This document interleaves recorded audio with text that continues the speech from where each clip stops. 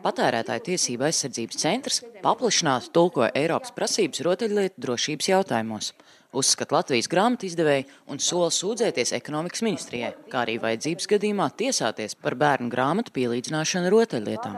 Šī gada jūlijā Latvijā stāsies spēkā ministru kabineta noteikumi, balstoties uz kuriem Patērētāju tiesību aizsardzības centrs jau šobrīd veic plašas pārbaudes grāmatnīcās un sastāda administratīvos aktus par grāmatu neatbilstību rotaļlietu drošības standartiem. Mēs patiešām visi gribam, lai mūsu bērni augtu veselīgi un netiktu apdraudēti. Ja mēs paskatāmies, kas ir viens no tādiem briesmīgākajiem vai draudošākajiem punktiem šajās, rotaļlietu drošuma instrukcijās, tad pamatlieta ir, kā rotaļlieta vai šī manta nedrīkstētu būt degoša. Kā jūs domājat, no kā izgatavo grāmatas? Grāmatas izgatavo no papīra un kartona, kas ir visdegošākais vispār iespējamais materiāls.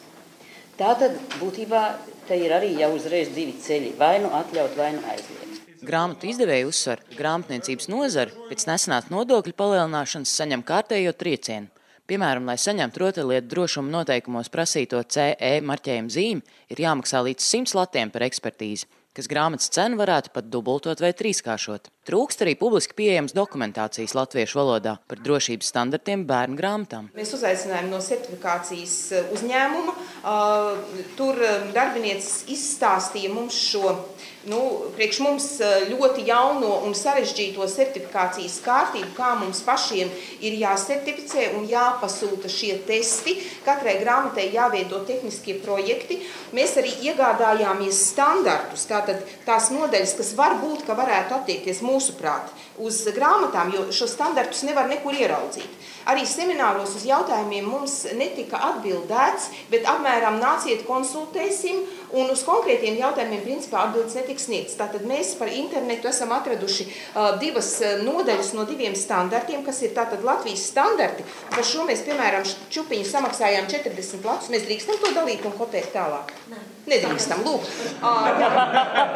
Un labākais nāk pēc tam, mīļie, tas viss ir angļu valodā. Angļu valodā. Un absolūti nekas šeit neatiecas uz grāmatām. Ir jānāk kopā un jārunā un kopīgi jāizveido sakarīgi šie te noteikumi. Nevis viena organizācija steigā kaut ko uzraksta, tūlīt jau pārbauda, nāk ar administratīviem aktiem, vēl pirms visu šo noteikumu stāšanās spēkā. Tā ir lieta, kas ir profesionāli visiem jāizrunā. Un pie tam, manuprāt, nevar šādos jautājumos, iesaistīt, tas pats certifikāta iegūšanai, patiesībā tā nav valsts institūcija. Tas ir SIA, kas piešķir šo certifikātu. Tā ir jābūt valsts funkcijai, un to ir kopīgi jāsveido un jāizrisina sarunu ceļā un jāvienojas. Jo šīs pārbaudas, kas veikalos notiek, mums tiek sastādīti administratīvi akti. Mūsu firmai, piemēram, jau tiek prasītas bilances, lai varētu mums uzrēķināt atbilstošu sodu. Piedodiet par ko?